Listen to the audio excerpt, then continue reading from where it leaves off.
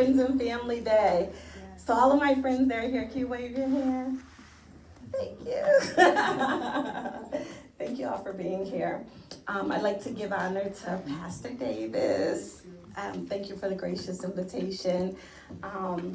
Give honor to my husband of 25 years who's here. I bring you greetings from the First Cathedral Church in Bloomfield, Connecticut.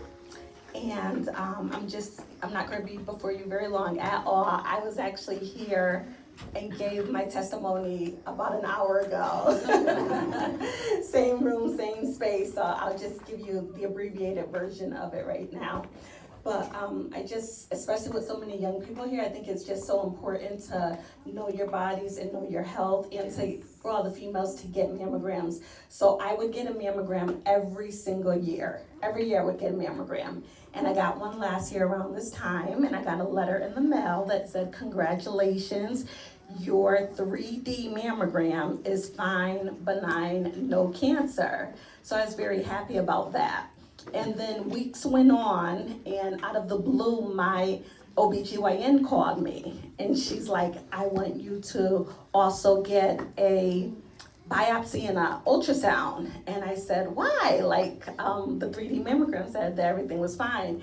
And she said that I had dense breasts, but she also remembered something that I had told her a while back.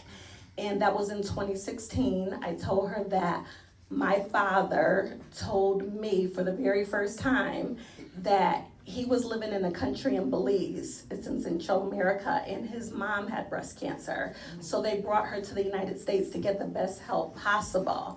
And so they ended up in Bridgeport, Connecticut, where he met my mom. And she was battling breast cancer, and she unfortunately lost her fight to breast cancer.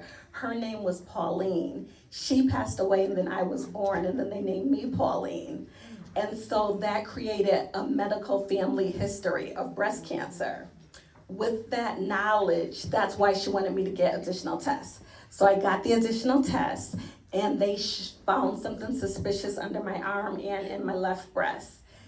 The test came back and showed what was under my arm was a side effect of one of the vaccines, and that it was benign, no cancer. But the lump in my breast was cancerous.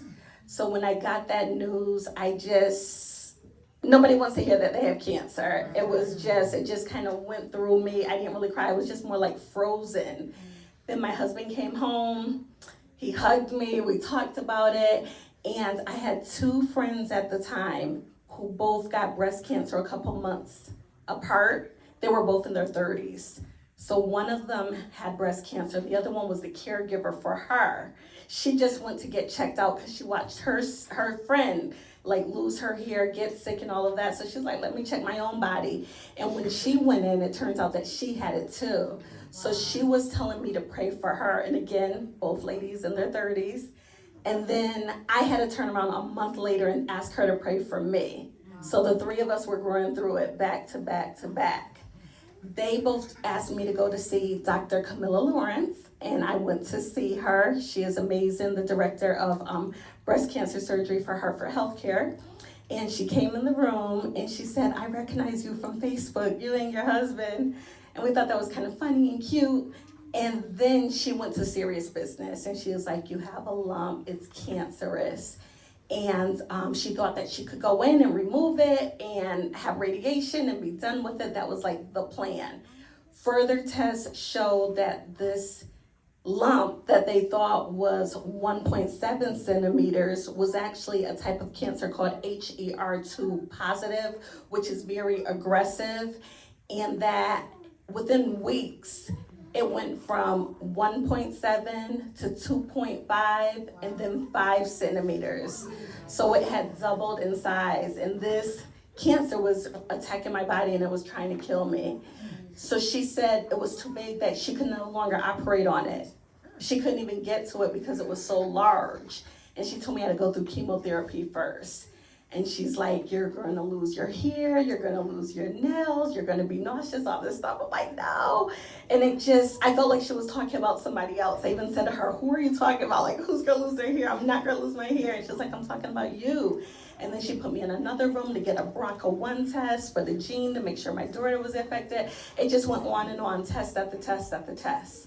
And then I started the chemotherapy, and it was rough and it was hard. It put me into early menopause, and I would get so sick, and I would have to do this every 3 weeks for many weeks. And the day after chemo, my husband would inject me with a medication that just gave me bone pain all over my body, every bone, every joint. I would just stare up and just talk to God, and that was it.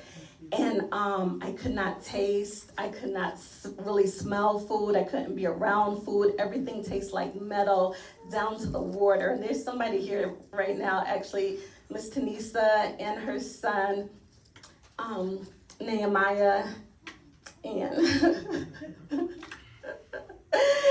and Nishawn, they would bring me electrolyte water and just leave it outside by the case, because that was the only water that I could have. I like to give them a round of applause and publicly thank them for that. So then I started praying, and I was asking people to pray for me, and they were like, what do you need? I was like, just pray, just pray, just pray.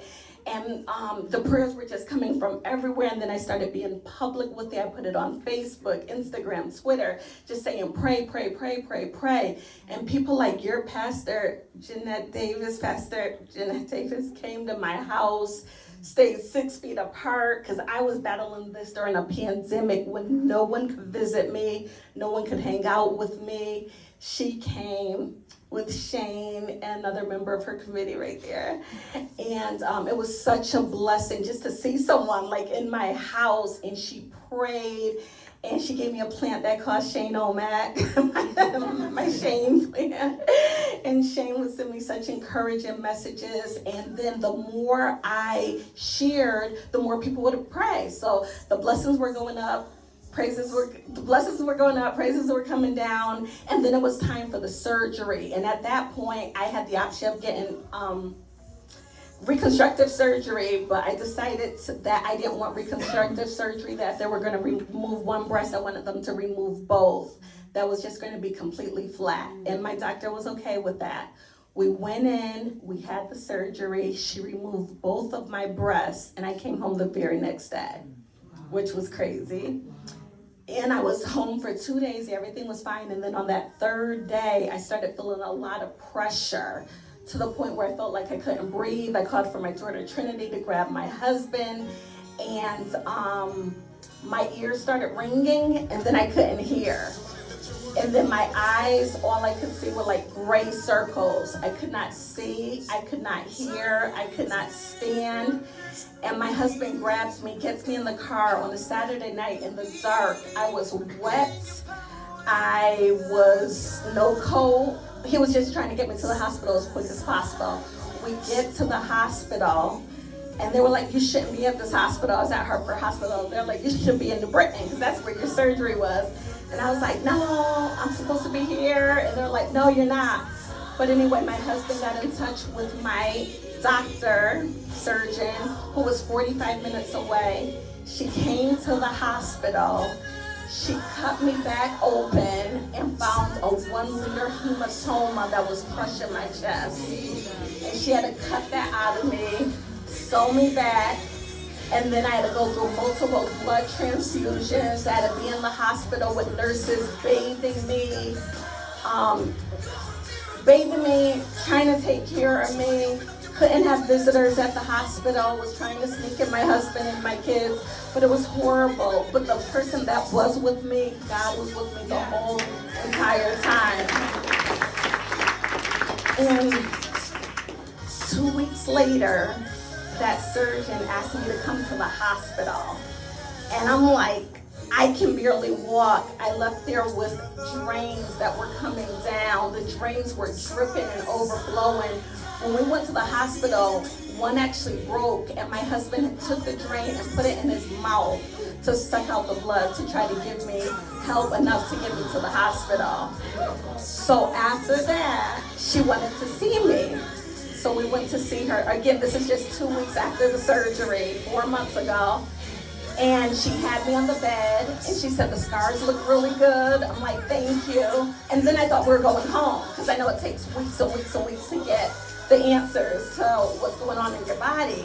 And while I'm laying on the bed, she says to me that I removed 12 lymph nodes, and I sent them to the pathology lab, and all 12 were benign. And I was like, thank you, God, thank you, God.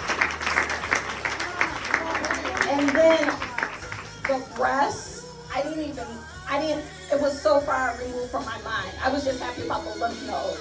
And so I'm laying there, and just for the heck of it, I said to her, what about the tumor that was too large for you to even operate? What's going on with that? And she said, when I went in and cut you open to remove your breast, there was no cancer in your breast at all. No cancer. I just give God all the glory and the honor. It was gone. And she had the results from the pathology lab. She gave me 4 sheets of paper that said benign, benign, benign, benign, no cancer. So I said to her, because I know people like Shane were praying. People were rejoicing. They were praising God. They were just sending prayers my way. I could feel it. I could feel all the prayers of the righteous and just coming down. So I said to her, well, what does this mean? Because after chemo and after the surgery, it was going to be weeks and weeks of radiation where they just like burn your skin. And my husband said, does she need radiation? She said, no radiation, cancer. And I was like, God is so good. So I said, well, what does this mean for me? And she said, this means we're something we call NED, which stands for no evidence of disease. And I just give God the honor, the glory. I thank you for everyone that prayed for me, everyone that liked the post on Facebook, everyone. I no longer have breasts, so I'll never need a mammogram again, but continue to get your mammograms. Encourage your moms, your sisters, your cousins to get your mammograms. Men can get breast cancer also. Just listen to your body. And I just leave you with this one verse that my son's friend, Nia Long, sent me in a text message. And she wrote 2 Kings 20:5. I have heard your prayers, I have seen your tears, and I will heal you. And God healed me. And I just give him all the honor and glory. Thank you.